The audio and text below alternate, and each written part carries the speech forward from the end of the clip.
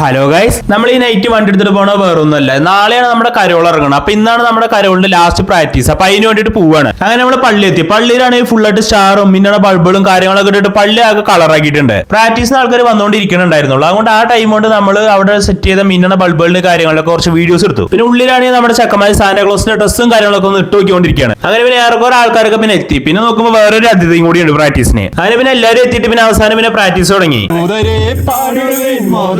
മണ്ണിരുന്ന് രാജാതി രാജാവ് പിറന്നു പോകണം ശരിയാത്ത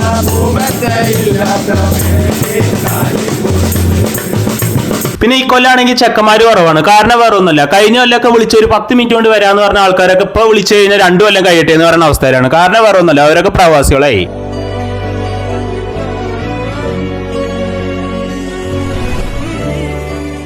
സത്യം പറയാല്ല, അവരൊക്കെ നന്നായിട്ട് മിസ് ചെയ്യുന്നുണ്ട്. പിന്നെ പുതിയ പാട്ടുകൾ പാടുന്നതിനെക്കാട്ടി ആവേശം കാരണം പിന്നെ പഴയ പാട്ടുകൾ പാടുമ്പോഴാണ്. അങ്ങനെ പിന്നെ നമുക്ക് ലാസ്റ്റ് എത്തിയപ്പോൾ പിന്നെ നല്ല ആവേശമായി.